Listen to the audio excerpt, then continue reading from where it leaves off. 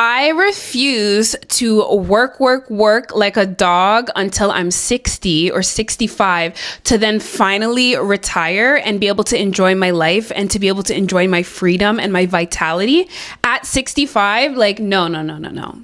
You're kidding me. I'm not going to allow that to happen. And that is why I work so hard to develop my freedom fund, and I prioritize freedom as one of my top values, because we have one life to live. We have only 70 to 90 years of life on this earth. I am not going to spend 40 to 50 years of my most vital and healthiest years working to then enjoy the last 15 of them when I am old and frail and fragile. I am taking back my freedom in my 30s, and I want you to join me.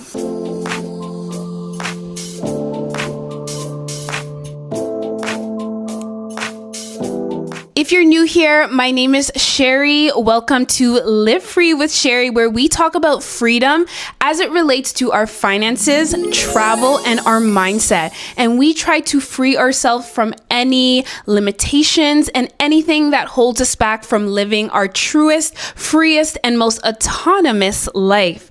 Please click like and subscribe to join our community. So this topic is something that I really want to touch on, because it's been something that's been on my mind for years, and I always felt like guilty or uncomfortable about talking about it because I was afraid of the perception of being looked at as complaining or not going with, the status quo. I was always afraid of being perceived negatively or being perceived as someone that doesn't want to take part in the American dream or the Canadian dream.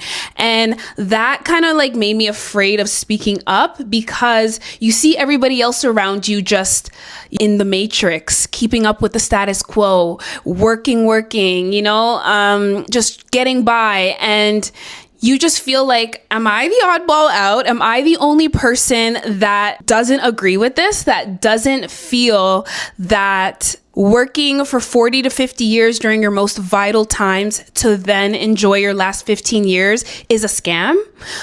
I personally feel like it's a scam, and I'm not having it. And this is why I've embarked on my freedom journey. If you don't know my story, I've shared it in one of my last videos, but I shared that I was always a person that did what I was told. I kept up with the status quo. I got a lot of accolades. I did everything right, but still felt like this feeling of dissatisfaction within me, where I just wanted more out of life. I wanted to travel the world. I had big hopes and dreams and aspirations, but I found that by adapting to this matrix system, I almost felt like my dreams were just left to die.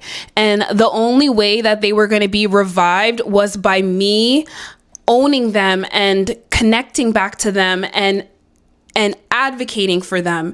And I did this by building my freedom fund. And if you don't know what a freedom fund is, it is a set amount of money that you collect, that you save to be able to buy back some of your freedom within your younger years. So you can save $20,000, $30,000, $40,000, which it basically enables you to take time out of work and not feel like you are required to work to be able to survive during that time. So I created my freedom fund because I don't want to wait to live my life. I want to live my life right now. I don't want to work day in, day out, doing a job that I don't find fulfilling, to do that until I'm 60 to finally be able to live. The reality is that we are the most healthy and our fitness is the most optimal during our 20s to 30s. And it just feels unfortunate that a lot of people aren't able to actually seize their dreams, to travel, to explore, to live freely. Also, I don't have kids right now, and not saying that kids stop you, but I feel that during the time when you don't have kids, you have the most free reign to just live your life, to live a free life. You really have nothing stopping you. So I want to live out my life to the fullest potential, especially while I don't have kids. And even if you do have kids, I've always thought about when I do decide to have kids, how am I going to continue to live a life of freedom with having my kids? Like, I don't want to feel limited by the fact that, okay, I have kids, they need to stay at this school, they need to, follow this system.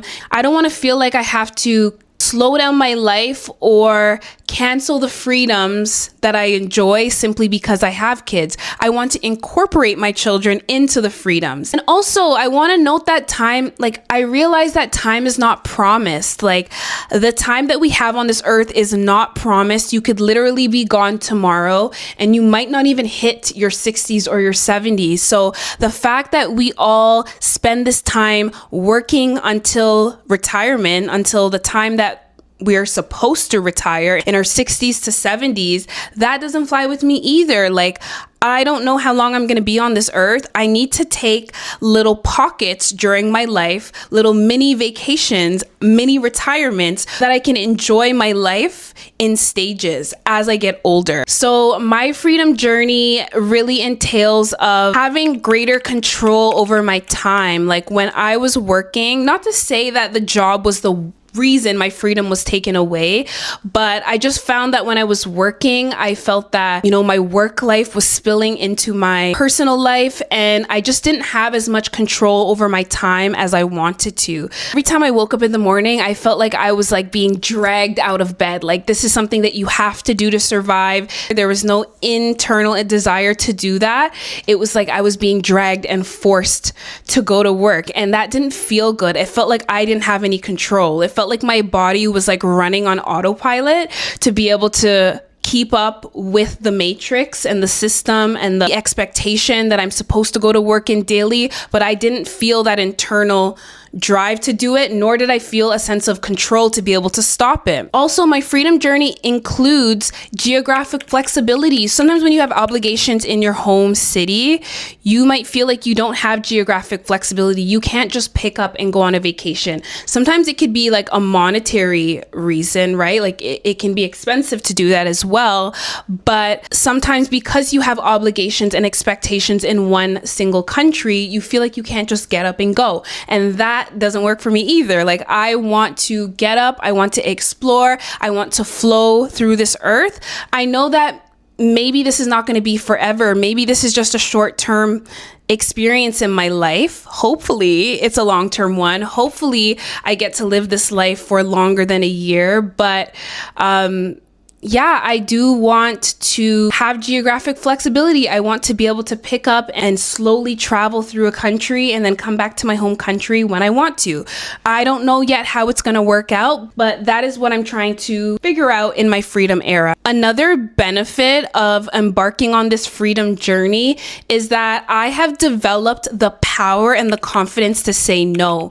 When you develop a freedom fund and you feel this sense of confidence or this internal feeling of being gassed, I have enough money to step away from this toxic work environment. I have enough money to say no to this toxic relationship and leave. I have enough money to change my circumstances when I'm not happy.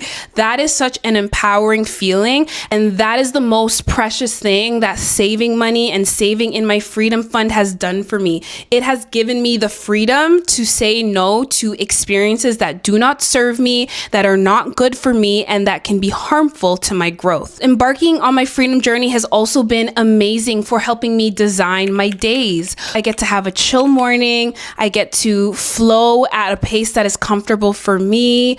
I get to decide what I want to do. Do I want to go for the walk in the morning? Do I want to go for the bike ride? I get to structure my day, and that is also something that I really, really appreciate about my freedom journey. So I know that there's going to be some pushback. I know people that might think that this is irresponsible. And I know probably from the older generations, they're going to be like, oh, these millennials, these Gen Zs, they're so lazy. They don't want to work hard for $1. They don't want to, put in the work now to enjoy the fruits of their labor later. And honestly, I don't. I want to put in the work in stages and take mini retirement and mini vacations. I'm going to say it with a high chest. I'm going to say it proudly.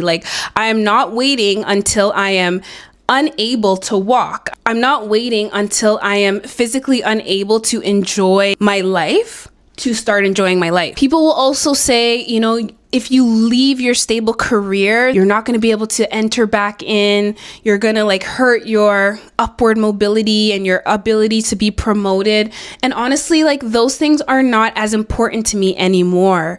If I found as much value in that as I did once before, then maybe I would still be in it. But I feel like I've honestly just let go of it. I've let go and I've let God. I've allowed God to take the wheel. I've relinquished and let go of control.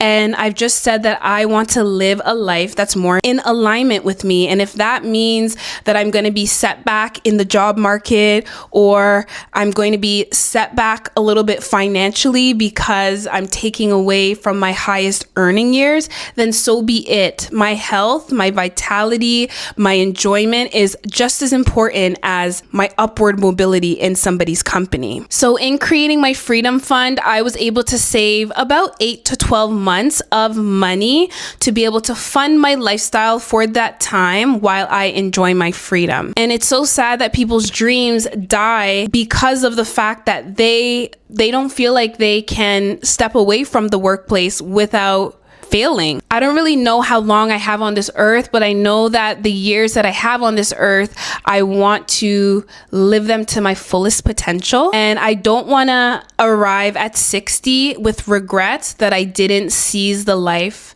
that I feel like I deserve. So I decided to stop waiting and start designing my freedom.